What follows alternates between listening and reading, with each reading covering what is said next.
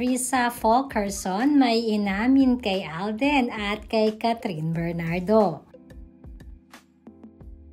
Hindi pa man natutuloy ang sinasabing part 2 ng Hello Love Goodbye ay madalas pa din namang nagkakasama ngayon sina Alden Richards at Catherine Bernardo. Andyan kasi ang iba't ibang endorsements na pinagkakaabalahan nila ngayon at palagi silang nagkikita.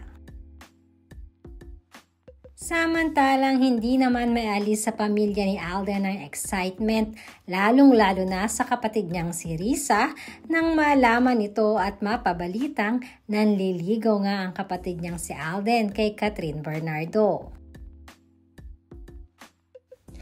Fan daw kasi di umano siya ni Catherine.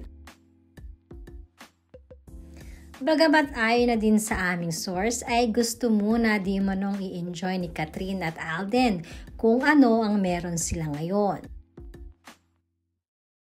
Ayaw din di umanong madaliin ng dalawa ang mga susunod na mangyayari pa sa personal nilang buhay. Masayang-masaya nga di umano itong si Catherine dahil sa wakas ay nasabi niyang tama ang kanyang mga naging desisyon nitong mga nakaraan sa kanyang buhay pag-ibig. Ganun pa man pag-amin pa ni Risa na kapatid ni Alden ay botong-boto di umano siya kay Catherine Bernardo. Dahil sa tinagal-tagal na walang dinadalang girlfriend itong si Alden ay excited di umano sila na makilala si Catherine in person kung mapagbibigyan.